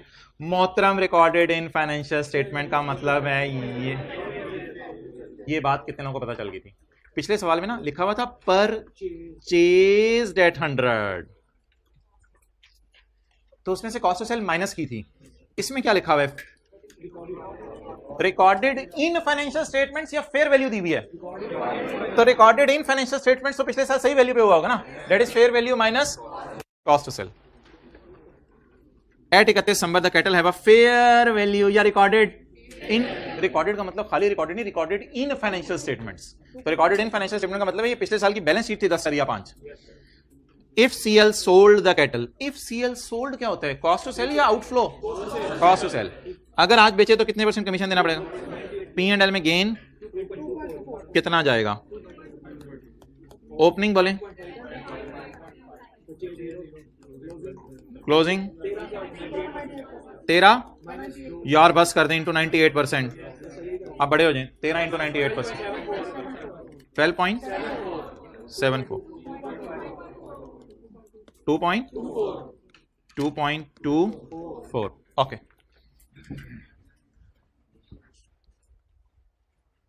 so what amount will be shown as a gain in P&L? 2.24.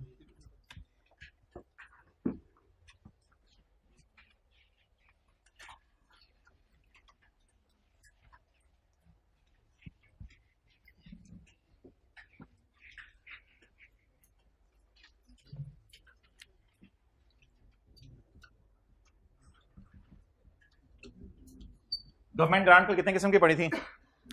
2 किस्म की। नंबर 1 कंडीशनल और अनकंडीशनल। कंडीशनल का क्या मतलब था? कोई शर्त अटैच थी, और अनकंडीशनल का मतलब था कोई शर्त अटैच नहीं थी। अच्छा,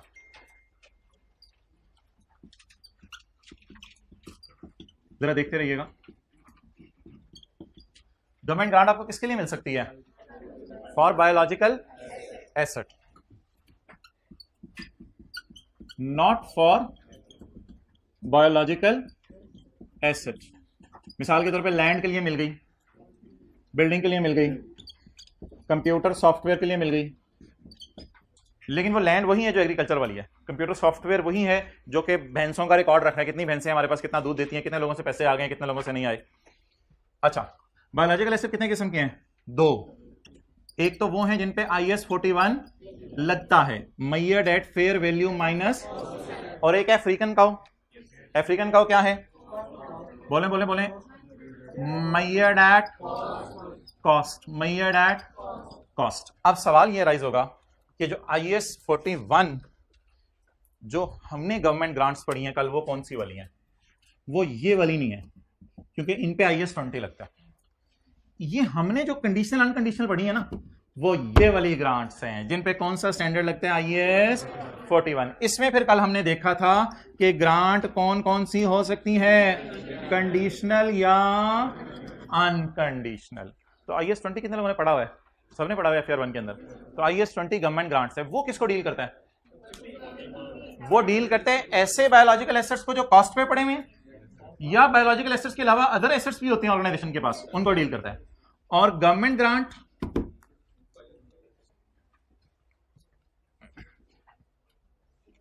नोट करना है, ये नहीं बना हुआ।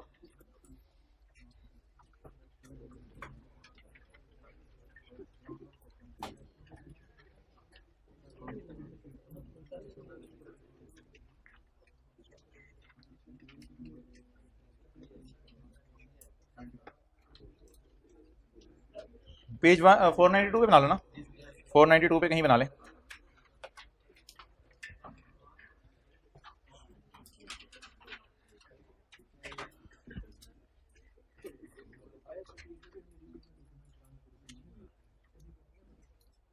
नहीं, वस्तु जितनी है उतनी काफी है। हाँ जी, कल वाले टेस्ट की मैं 1-2 दिन में ना डिस्कशन अपलोड कर दूंगा यूट्यूब के ऊपर, जरूर करूंगा।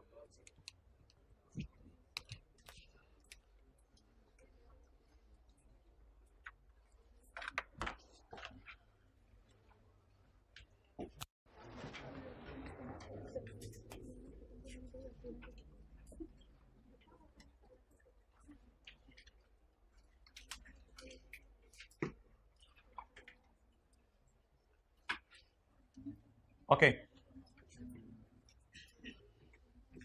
अब शुरू से चलें और 5-7 मिनट में IAS 41 को ख़त्म करें, ताकि हम फिर थोड़ी सी डिस्काउंटिंग QM वाली रिवाइज कर लें। स्कोप पैरा निकालें, न्यूमेरिकल पोर्शन शुरू करें। स्कोप पैरा निकालें भाईजान, पूरा स्टैंडर्ड खत्म हो जाए, कहीं आपको यही ना पता चले कि स्टैंडर्ड का स्कोप क्या है। तो स्टैंडर्ड का स्कोप पता होना चाहिए आपको। गवर्नमेंट ग्रांट्स नोट हो गया। कल हमने जो एंट्रीज की थी वो कंडीशनल की भी आपको करा के दी थी और अनकंडीशनल की, याद है एंट्रीज? अभी रिवाइज करवा देंगे।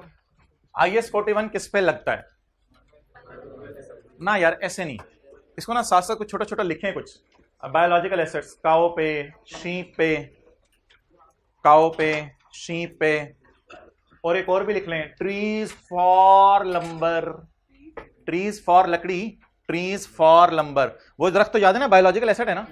वो दरख्त तो बियर प्लांट नहीं है ना। ट्रीज फॉर लंबर दिखाए थे, लगे हुए और कटे हुए दरख्त, उन पे क्यों IAS 41 लगना है? क्योंकि वो स्क्रैप के तौर पे नहीं बिकने। तो 2-3 मिसालें साथ साथ लिखें, cow, sheep, trees for lumber, इन पे IAS 41 except bearer plant, except इस पे IAS 41, ये स्टैंडर्ड का स्कोप है। बियरर प्लांट के ऊपर लिखा एप्पल ट्री, एप्पल ट्री, खाली एप्पल ना लिख लीजिएगा, एप्पल ट्री। डन, आगे चले। बियर प्लांट के ऊपर आपने लिख लिया एप्पल ट्री।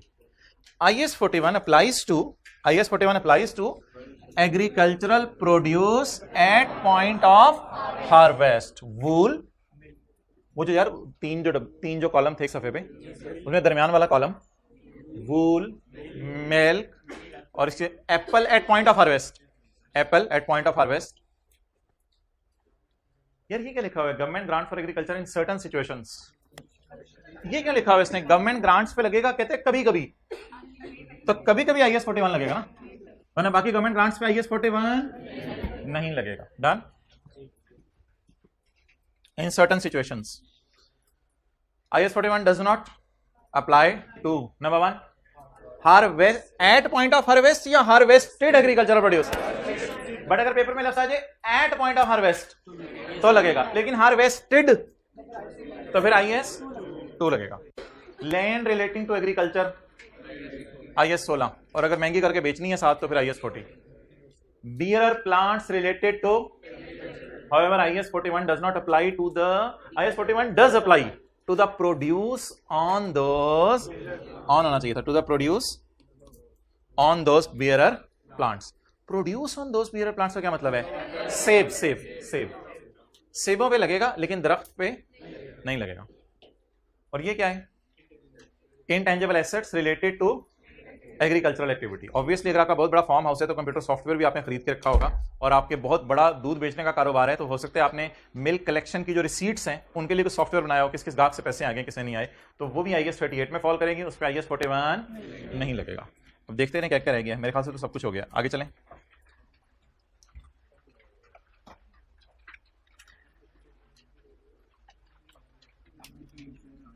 कमाल हो गई यार, सब कुछ हो गया। गवर्नमेंट ग्रांट्स में ब्रेक मारे, गवर्नमेंट ग्रांट्स में ब्रेक मारे।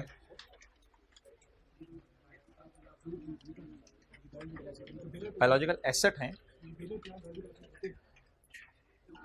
लेकिन वो नहीं लगता इस पे, IAS 41 नहीं लगता जी। बायोलॉजी गवर्नमेंट ग्रांट्स का कौन सा पेज है?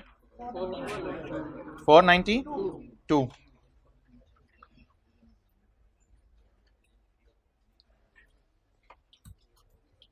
ये हो गया था कंडीशनल ग्रांट, अनकंडीशनल ग्रांट।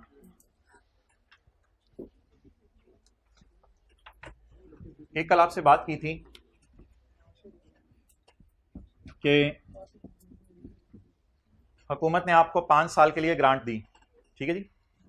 तो ये 5 साल तक आपने जो है वो मैंगो काश्त करने हैं मिसाल के तौर पे। तो आप एंट्री करेंगे कैश डेबिट लायबिलिटी क्रेडिट, और पहले साल के एंड पे आपने मैंगो काश्त कर लिए। बड़ा इंपॉर्टेंट सवाल है, एंट्री इंशाल्लाह 100% बच्चे आप में से बताएंगे जो एक सोया हुआ है वो मिला के। अच्छा, गवर्नमेंट ने आपको ग्रांट दी कि आप क्या बनाएंगे? 5 साल तक मैंगो काश्त करेंगे। पहले साल के एंड पे आपने मैंगो काश्त कर लिए, बताएं क्या एंट्री करेंगे? Liability debit income credit. क्या गवर्नमेंट ये शर्त लगा सकती है कि 5 साल तक मैंगो लगाओ तो तुम्हें ग्रांट मिलनी है, वरना मिली भी वापस ले लेंगे? एक ये बात हो सकती है। दूसरी बात मैंने कल की थी, वो क्या थी? जैसे जैसे मैंगो लगाते रहोगे वैसे वैसे तुम्हारा ग्रांट पे राइट बनता रहेगा। जैसे जैसे मैंगो लगाते रहोगे वैसे वैसे तुम्हारा ग्रांट पे राइट बनता रहेगा। फिर हम लायबिलिटी को आहिस्ता आहिस्ता इनकम में डालेंगे या एंड पे इनकम में डालेंगे? आहिस्ता आहिस्ता इनकम में डालेंगे। लेकिन अगर गवर्नमेंट ने कहा 5 साल तक मैंगो काश्त करो और 5वें साल के एंड पर जब तुमने काश्त कर दिया फिर तुम्हें जो है वो इस ग्रांट को तुम्हारी हो जाएगी, वरना हम तुमसे वापस ले लेंगे, फिर इस एंट्री को डेफर करेंगे। कोई एंट्री नहीं होगी, कोई एंट्री नहीं होगी, कोई एंट्री नहीं होगी, क्योंकि चौथे साल भी मैंगो बनाने बंद कर दिए ना, ये पूरा 5 आपको वापस करना पड़ना है। तो फिर 5वें साल के एंड पे आप वेट करेंगे और एक ही दफा एंट्री करेंगे लायबिलिटी डेबिट, फिर सारी इनकम 5वें साल बुक होगी। फिर ये नहीं कहना कि मैचिंग कॉन्सेप्ट वायलेट हो रहा है, इस किस्म के चक्रों में नहीं सोचना, बस फिर 5वें साल के एंड पे, क्योंकि ट्रांजैक्शन की रियलिटी फिर ऐसी है। तो गवर्नमेंट ग्रांट कितने किस्म की हो सकती है? 2 किस्म की। कंडीशनल में बता रहा हूं 2 किस्म की हो सकती है। कंडीशनल मींस एक ये कि जैसे जैसे तुम वो काम करते रहो वैसे वैसे ग्रांट तुम्हारी, फिर 5 एंट्रीज होंगी, liability debit income credit, liability debit income credit. और दूसरी ऑप्शन एग्जैक्ट 5वें साल के बाद जो है वो तुम्हें इसका राइट होगा। पढ़ी इंग्लिश। पार्शियल रिकॉग्निशन, पहले ये इंग्लिश पढ़ लें सारी। If a government grant relate to a biological asset measured at fair value less, if a government grant relate to a measured at, इसके ऊपर IAS 41 लगना, including when a government grant requires an entity not to engage in specific activity। यार ये क्या होता है not to engage in specific activity? Grant देते हैं, ये भी कह सकते हैं कि तुमने सेब नहीं उगाने, इसके अलावा जो मर्जी उगा लो, ये भी तो कंडीशन है एक तरह की। An entity shall record the government grant in P&L when and only when the condition attaching to grant are met। अब वो कंडीशन किस तरह मेट होती है, बने 2 तरीके बताएं। पार्शियल रिकॉग्निशन, थोड़ा सा रिकॉर्ड कर लें। Terms and conditions of government grant very. For example, white shirt, for example, a grant may require an entity to farm in a particular location for and require the entity to return all grant if farms for a period shorter than 5 years। ये मतलब बताएं इसका। Entity को कहा है 5 साल farm house में चले जाओ, लेकिन अगर लेस देन 5 साल तुम गए तो क्या करना पड़ेगा? Require the entity to return all of the grant. फिर तुम्हें सारी ग्रांट क्या करनी पड़ेगी? इस केस में, in this case the grant is not recorded in P&L। फिर ऐसी केस में साथ साथ P&L में ना डालें, not recorded in P&L, is not recorded in P&L until the 5 years have, फिर 5वें साल इनकम में डालें। However if terms of grant, लेकिन एक ऑप्शन भी है, however if terms of grant allow part of it to be retained, अगर टर्म्स में लिखा हो थोड़ी सी रख लेना, पार्शियल, अगर क्रम में लिखा हो थोड़ी सी रख लेना, according to the time that has elapsed, जो गुजर चुका है। Then the entity record that part in profit और लॉस। तो अब बिल्कुल परेशान होने की जरूरत नहीं, इसको यहां से सर्कल कर लेते हैं और इसको यहां से सर्कल कर लेते हैं। इस वाले पोर्शन की एंट्री और इस वाले पोर्शन की एंट्री क्या बन गई? कैश डेबिट, लायबिलिटी क्रेडिट 5 से, और 5 साल गुजरने के बाद इनकम क्रेडिट 5 से। और ये जो कल पड़ी थी इसकी एंट्री, बोले बोले बोले, कैश डेबिट 5 और लायबिलिटी डेबिट इनकम क्रेडिट कितने से, और ये हर साल एंट्री करते जाएंगे। समझ आ गई? तो ये दो कैटेगरीज की अलग अलग एंट्रीज होगी, नोट कर लो इसका। पार्शियल रिकॉग्निशन कहां हो रही है? नीचे वाले में, और ऊपर वाले में एकदम फुल रिकॉग्निशन हो रही है एंड पे। वैसे हेडिंग होनी चाहिए थी partial and full recognition, partial and full recognition.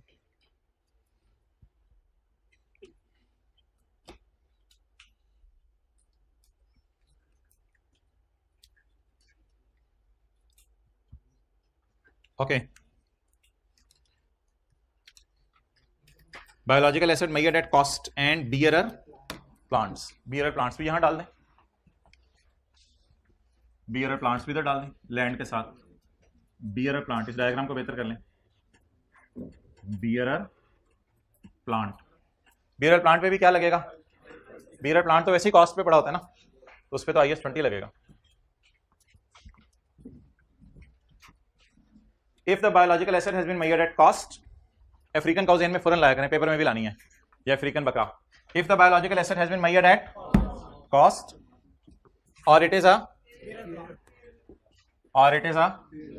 bearer plant, then the requirements of IS 20 should be applied। ठीक है जी, अल्हम्दुलिल्लाह स्टैंडर्ड खत्म हुआ। ये 2-3 कुछ पैरा रह गए हैं, ये मैं इंशाल्लाह कल पढ़ाऊंगा। 2 MCQs रह गए थे, वो कर लें। दो ट्रू फॉल्स और जानी दो ट्रू फॉल्स रह गए ना यार, वो कर लें। कितने हैं? 8 हैं, 8 थे टोटल, 3 ही रह गए यार, 2 रह गए हैं। हद होगी 6/6 नंबर लिए थे लोगों ने, हाथ खड़ा करें। 6/6 वाले कौन से थे? 6/6 नंबर लिए थे। अब 2 नंबर रह गए लेने वाले, वो 2 नंबर ले लें। अच्छे बच्चे 2 नंबर ले लें। कौन सा रह गया? 2 भी रह गया। और IS 41 does not apply on bearer plant. पहले इतनी सी बात पढ़ के बताएं, यस और no. IS 41 does not apply on bearer plant, बिल्कुल, क्योंकि कौन सा स्टैंडर्ड लगता है? IS 16। हाउएवर IS 41 इतने बूथा जिन्होंने नीचे किया था उनको बूथा कहा जाता है, आप लोग तो माशाल्लाह अच्छे बच्चे हैं। हाउएवर IS 41 अप्लाइज ऑन सेब ग्रोइंग ऑन। अब ये पूरी बात ट्रू है, कोई इसमें गलती नहीं, ट्रू है। कल भी ट्रू कर दी थी, पढ़े बगैर ही। VII। अच्छा, अब मेरी बात मजे की सुने। कुछ बच्चे ऐसे पढ़ेंगे all government grants related to biological asset accounted for under IS 41, उनको समझ नहीं आएगी। और कुछ पढ़ेंगे ऑल नहीं, ऑल गवर्नमेंट ग्रांट्स नहीं, ऑल तो ये है, ऑल तो ये है ना। All government grants related to biological are accounted under IAS, ये बात तो गलत है। ऑल अकाउंटेड ग्रांट्स या सर्टन, वो जो स्कोप पैरा था उसमें क्लास लिखा हुआ था सर्टन वाला, तो सर्टन गवर्नमेंट ग्रांट्स या all government grants? Certain government grants. Clear? Okay, दूसरा दो।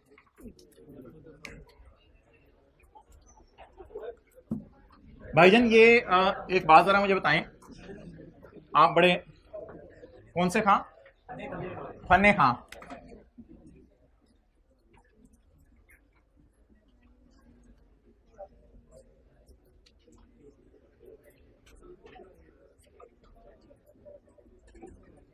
I will receive rupees for 4 years।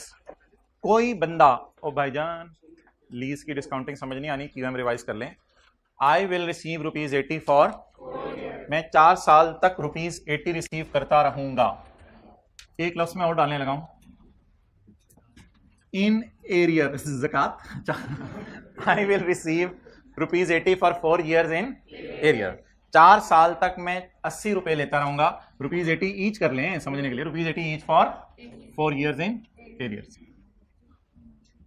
जी मोहतरम, 2001, 2002, 2003, 2004, इधर मुझे कितना मिलेगा? 80, इधर 80। क्लियर? अब आप मुझे ये बता दें कि इसको जो डिस्काउंट किया जाएगा वो सिंपल फार्मूले से किया जाएगा या एनओटी वाले फार्मूले से। अब एनओटी वाला फार्मूला देखें भाईजान, ये लीज में ना डिस्काउंटिंग बड़े सुकून से आपने समझनी है। डिस्काउंटिंग को आपने बिल्कुल भी आगे पीछे नहीं करना, उसकी बेस पे सारा सवाल हिल जाता है। पेपर में तो ऐसा होता है कि अगर डिस्काउंटिंग आपकी गलत होगी आगे आपके मार्क्स नहीं कटेंगे, लेकिन आप खुद जरा परेशान हो जाएंगे जब सोल्यूशन देखा करेंगे। तो इसलिए आप डिस्काउंटिंग को बड़े अच्छे तरीके से सीखना है आपने। अब मैं डिस्काउंट रेट ना सारे सवालों में इधर ही लिखने लगा हूँ 10%, डिस्काउंट रेट 10%। अच्छा, अब मैं निकालना चाहता हूँ इनकी कौन सी वैल्यू, प्रेजेंट वैल्यू ऑन 1 जनवरी 2001। 1 जनवरी 2001 को मैं इनकी प्रेजेंट वैल्यू निकालना चाहता हूं। मैं लिखूंगा इधर 80 के बाद 1 - 1 + i raise to power -n divided by i। इथे i। अच्छा जी, 80 × 1 - 1 + 0.1, 1 + 0.1, 1 + 0.1, क्या जवाब आ गया? 1.1 रेज़ टू पावर, दानिश जल्दी, raise to power what is n? No, number of years नहीं। ब्लंडर मार देंगे आप पेपर में। यही डिस्काउंटिंग में छोटी छोटी चीजें सीखनी है। ये डिस्काउंटिंग आपको टफ टाइम दे देगी अगर शुरू से टेंटिव नहीं रहेंगे। मैं बता रहा हूं शुरू से टेंटिव रहने। अच्छा, n is number of payments. Number of, how many number of payments are there? 4 payments are there. Raised to power -4 times 80 is appearing. 4 times 80 is appearing.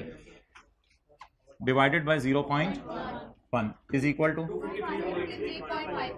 253.58, जिसे राउंड करके आप क्या कह सकते हैं? 254। ओके, अच्छा, अभी नोट करने का टाइम देता हूं। But if I change this data and I say I will receive ₹80 for 4 years in advance. In advance का क्या मतलब होगा? साल के शुरू में, साल के एंड पे? साल के शुरू में। तो then the story will be different. I will ₹80 each for 4 years in advance. मैं ₹80 रिसीव करूंगा इन एडवांस फॉर 4 years। अच्छा, आप बता दें जी क्या कहानी बनेगी? 2001, 2002, 2003, 2004। अच्छा, एनओटी का फॉर्मूला किसी को याद हो? क्या बताया था, कब लगता है? हाँ, जब पेमेंट्स की अमाउंट सेम हो और रेगुलरली आ रही हो अमाउंट्स, और पीरियड बीच में सेम हो, तब कौन सा फॉर्मूला लगता है? एनओटी का फॉर्मूला लगता है। अब 80 मुझे इधर मिलेगा 1 जनवरी 2001 को, 1 जनवरी 2002 को मिलेगा 80, 1 जनवरी 2003 को, और 1 जनवरी 2004 को। ये मुझे 80 मिलेगा। अब भाईजान कई तरीके हैं, जिस तरीके से मैं करवा रहा हूं आपने उसी तरीके से करना और समझा करना है। वो तरीका ये है, प्रेजेंट वैल्यू, ये तो फ्यूचर वैल्यूज है ना, ऑन 1 जनवरी 2001। अब मैं खड़ा हूं यहां पे, याद रखिएगा यहां पे खड़े होकर हम प्रेजेंट वैल्यू निकालेंगे। यहां पे खड़े होकर जब हमने आवाज मारी 80, पीछे से भाईजान इथे ही मैं, सॉरी यार इधर ही था, चल तू दे आना। इसको डिस्काउंट नहीं करना, इसको डिस्काउंट किया तो वो फिर डिस्काउंट लगा देता है एग्जामिनर। इसको डिस्काउंट, ये ऑलरेडी आप चीजों को कहां बुलाना चाह रहे हैं? 1 जनवरी 1 को आप चीजों को स्टेशन पे बुलाना चाह रहे हैं, बंदों को, और एक बंदा ऑलरेडी स्टेशन पे और लगे हैं नदीम नदीम नदीम नदीम, ओ नदीम, तो इसको बस प्यार से बुलाना है नदीम। इनको नदीम नदीम नदीम जो आखिरी वाला है, इनको जरा ऊंची आवाजें मारनी। आप बता दें कितने 80 बच गए? इन्वॉल्व हो ना कुछ, जड़ो फूल। कितने 80 बच गए? 3 80 बच गए। अब ये जो 3 80 हैं, इनको डिस्काउंट करना है। अब इसमें आपने ये नहीं कहना ये साल के एंड पे है, और भाई साल का एंड हो या अगले साल का पहला दिन हो, है तो एक ही बात ना, इससे क्या फर्क पड़ता है? 80 into 1 minus 1 plus i raise to power -n divided by i. Please please please please ना, आपसे मैं थोड़ा सा ध्यान रखना पड़ेगा चीजों का, मोहतरम please. 1 minus 1.1, how many number of 80s जिनको आपने लिफ्ट नहीं कराई और कितने 80s को लिफ्ट करा दी, तो नंबर ऑफ 80s चले आओ जी जी मैं आ रहा हूं, बाकी जो रह गए हैं जी बिल्कुल बिल्कुल बिल्कुल। अच्छा तो बाकी कितने रह गए, डिवाइडेड बाय 0.1, चलें इज इक्वल टू कर लो।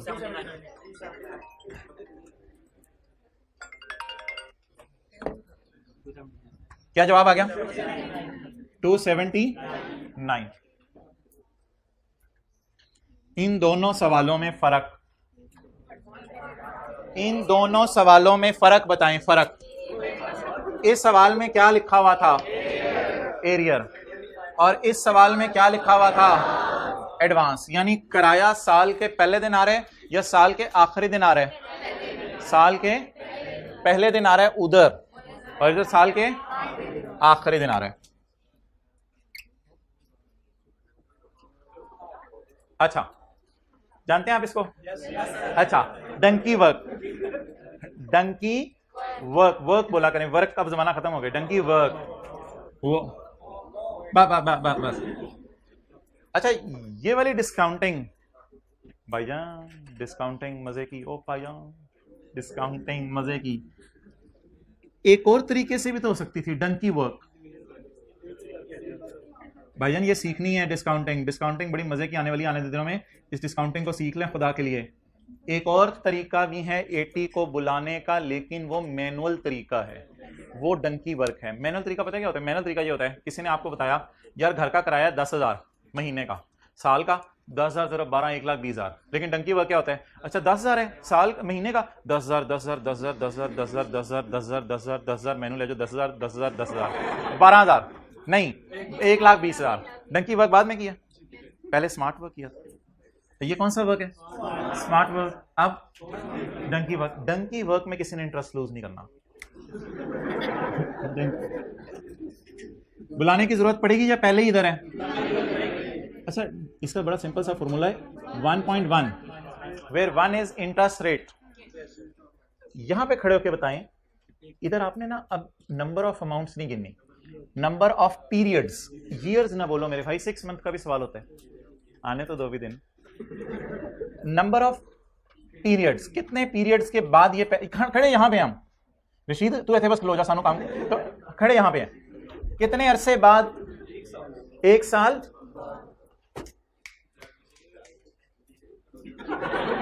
Raise to power -1। ये किस वाले 80 को डिस्काउंट कर लिया, अब किसकी बारी,